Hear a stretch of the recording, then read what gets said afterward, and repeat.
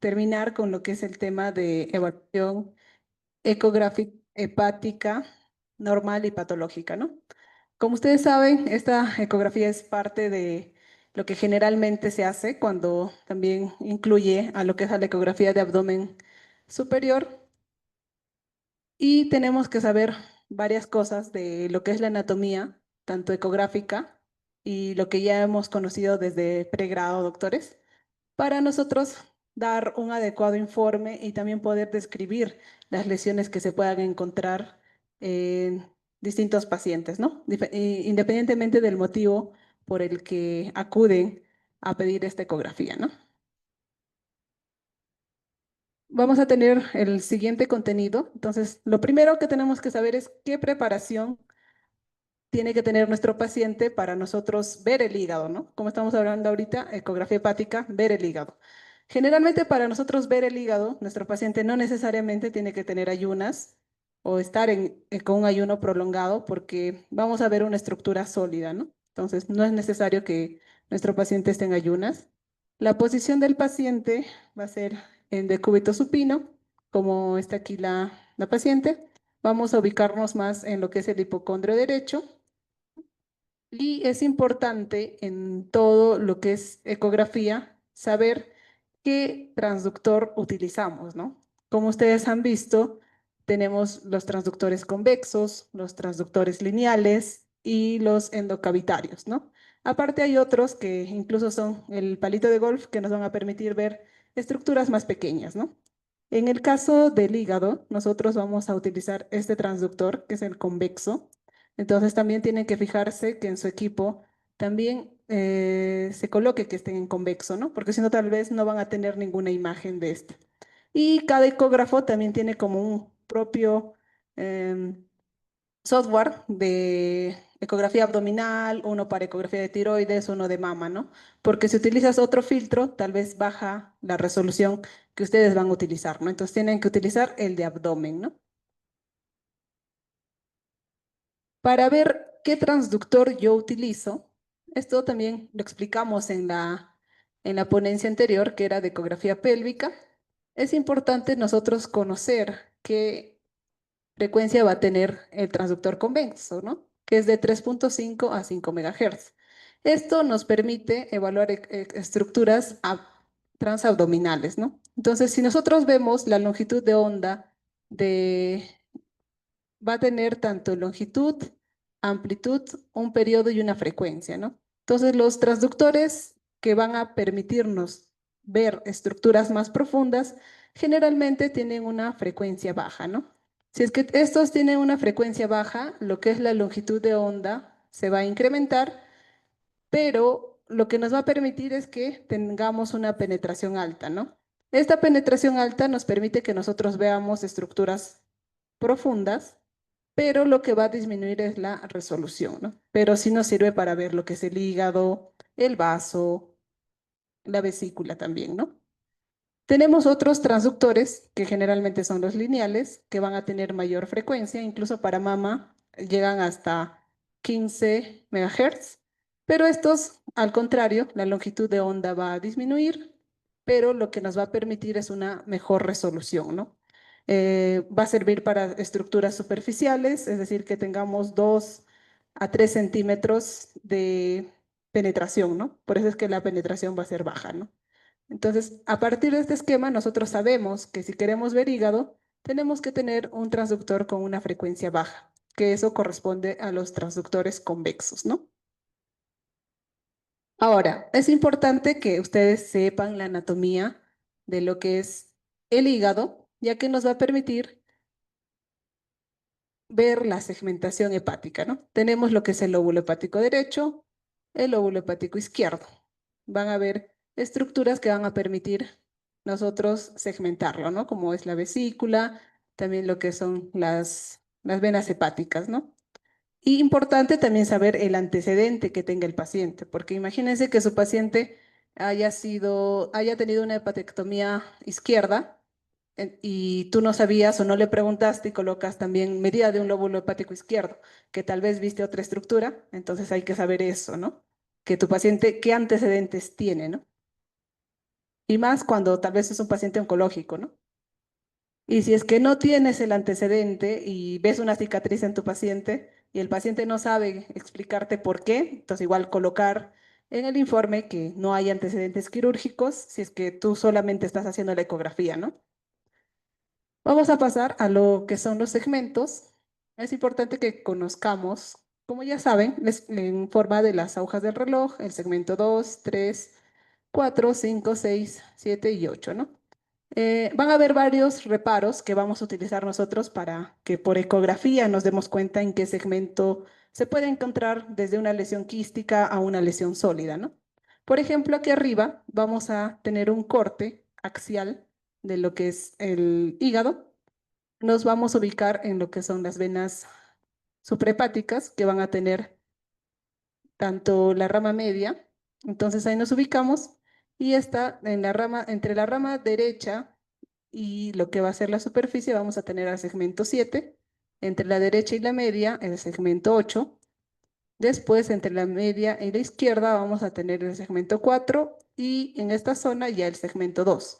Entonces aquí vamos a tener lo que es el reparo, que es las venas suprahepáticas, ¿no?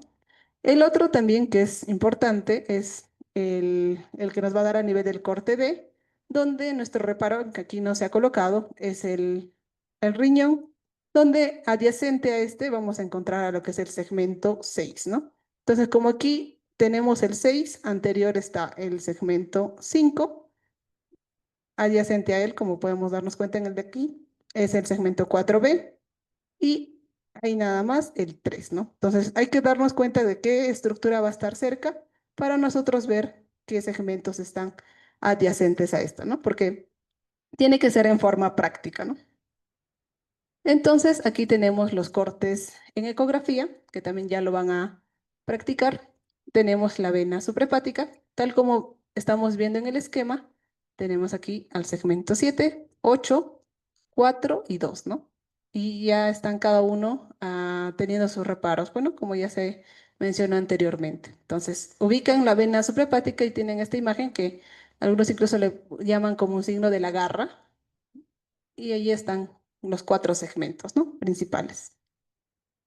En este otro corte vamos a tener lo que es la vena cava y nos va a también delimitar que adyacente a esta vena va a estar el segmento 1, ¿no? Entonces, si ustedes ubican, el segmento que se va a encontrar aquí es el 1.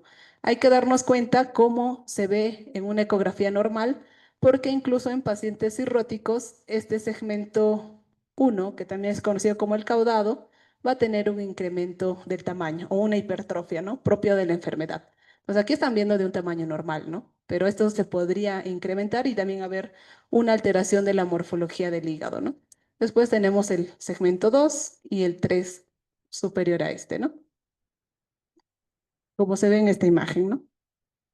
Después vamos a tener lo que es la ubicación tanto de la vena porta, donde también vamos a tener otros segmentos, como el 6, el 5 y también el 4 y el 3, ¿no? Esto era otro que les mencionaba. Cuando vemos solo una parte del riñón, es que estamos cerca al segmento 6. Pero si ubicamos al riñón en toda su extensión, vamos a tener cerca ya a lo que es el transductor, el segmento 6 y por debajo el 7, ¿no? Entonces hay que saber en qué posición estamos colocando el transductor para nosotros saber qué segmento tenemos, ¿no?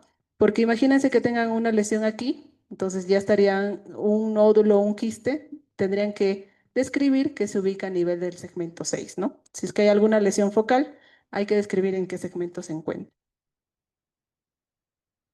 Para ya ver esta relación y ver qué ecogenicidad tiene el hígado, por ejemplo, aquí nosotros vemos que la superficie hepática va a tener una ecogenicidad similar a lo que es la corteza renal, que esto nos va a servir nosotros para ver diferentes grados de hepatopatía crónica, ¿no? Otros reparos también que nos va a servir para lo que es la ecografía Doppler va a ser reconocer dónde se encuentra la vena porta, que también aquí tenemos como un esquema. Tenemos la porta, el conducto biliar y la arteria hepática, porque la arteria hepática también es importante para nosotros hacer estudios de Doppler, ¿no? Y si vamos a lo que es la imagen ecográfica, ubicamos primero la porta, superior a esta se encuentra la vía biliar o el colédoco, y esta pequeña imagen va a ser la arteria hepática. Cuando utilizamos incluso el Doppler, va a tener aquí un fenómeno de aliasing, la arteria hepática, que vamos a ver como que de dos colores diferentes, ¿no? Aquí tenemos otra imagen. Entonces, al inicio, hay veces es difícil que ustedes en este modo puedan diferenciar la vena porta de lo que son el colédoco, ¿no? Entonces, como ustedes pueden observar aquí, podría haber un poco de confusión, ¿no? Y algo práctico también es que ustedes coloquen el modo Doppler y las estructuras vasculares son las que van a tener mayor representatividad porque vemos que el Doppler es para ver el flujo, ¿no? Pero las vías biliares o el colédoco no tienen flujo, ¿no? Porque son estructuras que no son vasculares. Entonces, lo que no tiene flujo va a ser lo que es el colédoco y lo que sí tiene flujo va a ser lo que es tanto la vena porta o la arteria hepática, ¿no? De forma práctica. Justo como les decía, para nosotros evaluar los grados de hepatopatía crónica difusa, que así los denominamos como término radiológico, porque no podríamos hablar de esteatosis hepática porque sabemos que ese diagnóstico es anatomopatológico, ¿no? Entonces utilizamos este término, pero se entiende que nos estamos refiriendo a eso, ¿no? En varios pacientes y ahora también con el cambio de alimentación que estamos teniendo, consumo de ajíes o esos alimentos procesados, también ya está habiendo estos cambios en la población en general, ¿no? Y vamos a tener diferentes grados de esta hepatopatía, ¿no? Desde un grado 1, 2 y 3. Entonces, ustedes por ecografía, ¿cómo diferencian esto? Que también habrán visto en varios informes, ¿no? Grado 1, grado 2, grado 3, ¿no? Vimos en la anterior que la ecogenicidad del hígado tiene que ser similar a lo que es el riñón, ¿no? Al parénquima renal. Como ustedes aquí observan, es como que más hiperecogénico a comparación de lo que es la corteza renal, ¿no?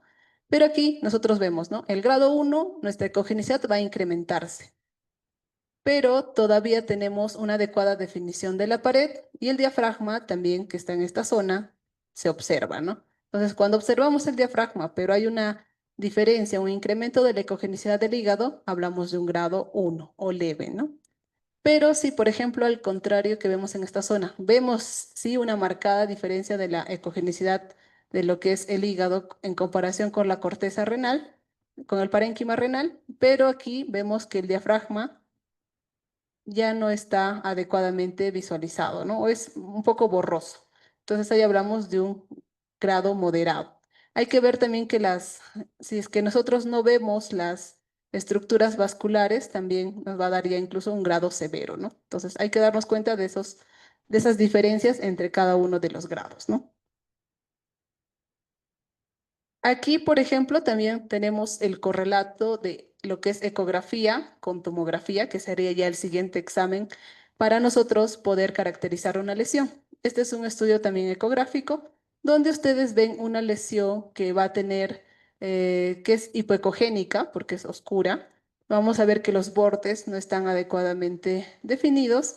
Tenemos otras áreas donde van a ser, al contrario, imágenes nodulares hiperecogénicas, ¿no? Cuando ustedes ven esto, generalmente podrían, no al inicio decir que pueda ser una esteatosis focal, pero sí es necesario pedir un estudio de tomografía, generalmente contrastado, ¿no? Entonces, cuando nosotros vemos aquí que es una tomografía, un corte axial de tomografía con contraste en una fase venosa, porque vemos que ya está el contraste tanto en el hígado como en todo el parénquima renal, vemos que hay zonas que son más, que no han captado el contraste, ¿no? Pero que no son unas lesiones nodulares, ¿no? Sino van más en relación a zonas donde hay reemplazo graso, ¿no? Que es por eso que ya no hay una adecuada captación del contraste, ¿no? Aquí tenemos otra lesión, igual. Es una lesión que no va a tener unos bordes definidos, va a ser hipoecogénica y cuando vemos el correlato con tomografía, vemos que esta área, más bien todo el hígado, no tiene un realce adecuado al uso del contraste y solo esta zona es la zona normal, ¿no? Entonces, si tenemos esta lesión, nosotros sí la describimos, pero no podemos decir, no, ya, esto es una esteatosis focal o es un nódulo. No podemos decir solamente con ecografía. Entonces tenemos que tener un examen adicional que nos permita caracterizar esta lesión. Ahora, otros pacientes, también vienen pacientes con cirrosis hepática o nos piden los médicos a descartar esta patología, ¿no? Entonces, hay signos directos que nosotros podemos evaluar como son márgenes nodulares. Como han visto en las anteriores ecografías que se mostró, los bordes son como bien lisos, ¿no? Pero a comparación de esta imagen de hígado, que vemos que el borde son así como lobuladitos, ¿no? Entonces ya estamos teniendo ahí esos márgenes nodulares, ¿no? Y también la medida, ¿no? ¿Cuánto mide? 156, pero que todavía no llega a un grado de hepatomegalia porque sería a partir de más de 16 centímetros de lo que es el diámetro longitudinal del hígado, ¿no? Hay que ver también esta relación caudado con el lóbulo derecho, que tendría que ser más de 0,55 para ver también lo que es cirrosis hepática, y el espacio periportal agrandado, ¿no? Entonces hay que ver que ese espacio esté más incrementado. Otros signos indirectos sería lo que es la esplenomegalia y también la hipertensión portal, que también podrían darnos indicios cuando vemos una vena porta que mide más de 13 milímetros, ¿no? Hay que ver un cambio. Entonces aquí vemos que esto tendría, por ejemplo, aquí nos mide 14,2, que ya estaríamos viendo una dilatación de la vena porta, ¿no? Y lo que son las venas tributarias o las venas accesorias que se generan cuando ya no hay una adecuada compensación del flujo en el hígado, ¿no? Otra de las lesiones que ustedes pueden encontrar en hígado son las lesiones quísticas y más en nuestra zona que hay varios pacientes que tienen hidatidosis, ¿no? Por ejemplo, aquí vamos a hacer la diferenciación entre un quiste simple y tal vez un quiste hidatídico. Cuando vemos un quiste simple, es generalmente una lesión que tiene contenido de agua, ¿no? Entonces, todo lo que tiene agua en ecografía se ve de forma anecogénica, ¿no? Bien oscura. Y lo que va a caracterizar al quiste es que va a tener una pared delgada, a comparación de las imágenes que vimos de las esteatosis que se caracterizaron, estas tenían como un borde mal definido, pero aquí ustedes pueden darse cuenta que el borde es continuo, ¿no? Puede que incluso ustedes piensen que eso también puede ser otro quiste, pero no, hay que ver que esta estructura sí va a tener continuidad y es una estructura vascular. Y si pese a eso, tal vez tengas dudas, colocas el Doppler y evidentemente el quiste no va a tener captación de flujo, ¿no? Entonces ya me te vas dando cuenta, ¿no? Hay que utilizar varias herramientas para nosotros caracterizar cada una de las lesiones. Entonces aquí vemos que es un quiste simple.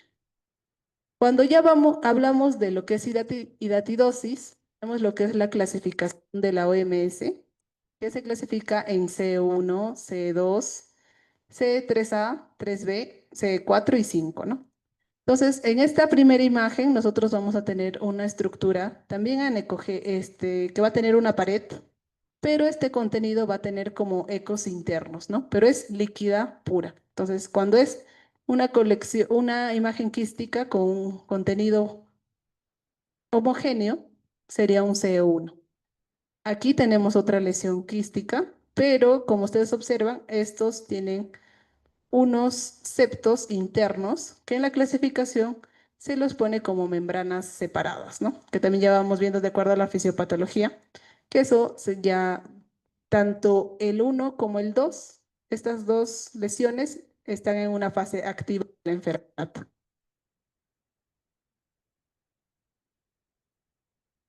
Aquí tenemos otra imagen, también una imagen quística, pero vemos que estos septos son más irregulares, ¿no? No son tan continuos como esto, sino son como si hubiera habido una membrana desprendida, ¿no? Ya en la siguiente clasificación, que es un 3B, vamos a tener pequeñas formaciones quísticas dentro de un quiste mayor, ¿no? Que son las vesículas hijas, que tanto el 3A como el 3B conforman ya a una enfermedad en transición, ¿no?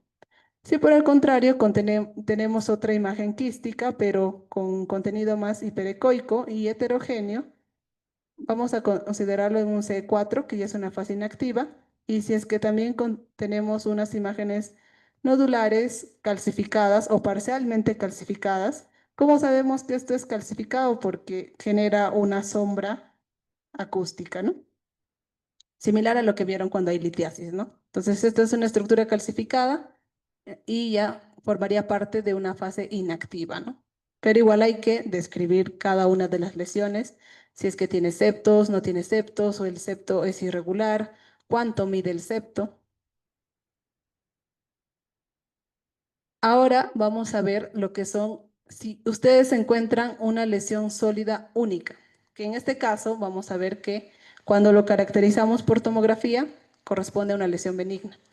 Pero ustedes aquí ven en ecografía que en su parénquima hay una lesión que es isocogénica, en los bordes son parcialmente definidos y cuando utilizan el Doppler, como que esta imagen nos hace ver que si estamos utilizando el Doppler y la cajita de color, hay un pequeño vasito que está dentro de la lesión, ¿no?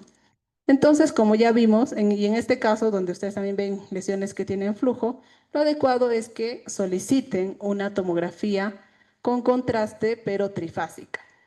Estos estudios trifásicos ya en radiología a nosotros nos sirven porque cada lesión, tanto benigna como maligna, tiene un comportamiento diferente en cada una de en cada una de las fases de contraste, ¿no?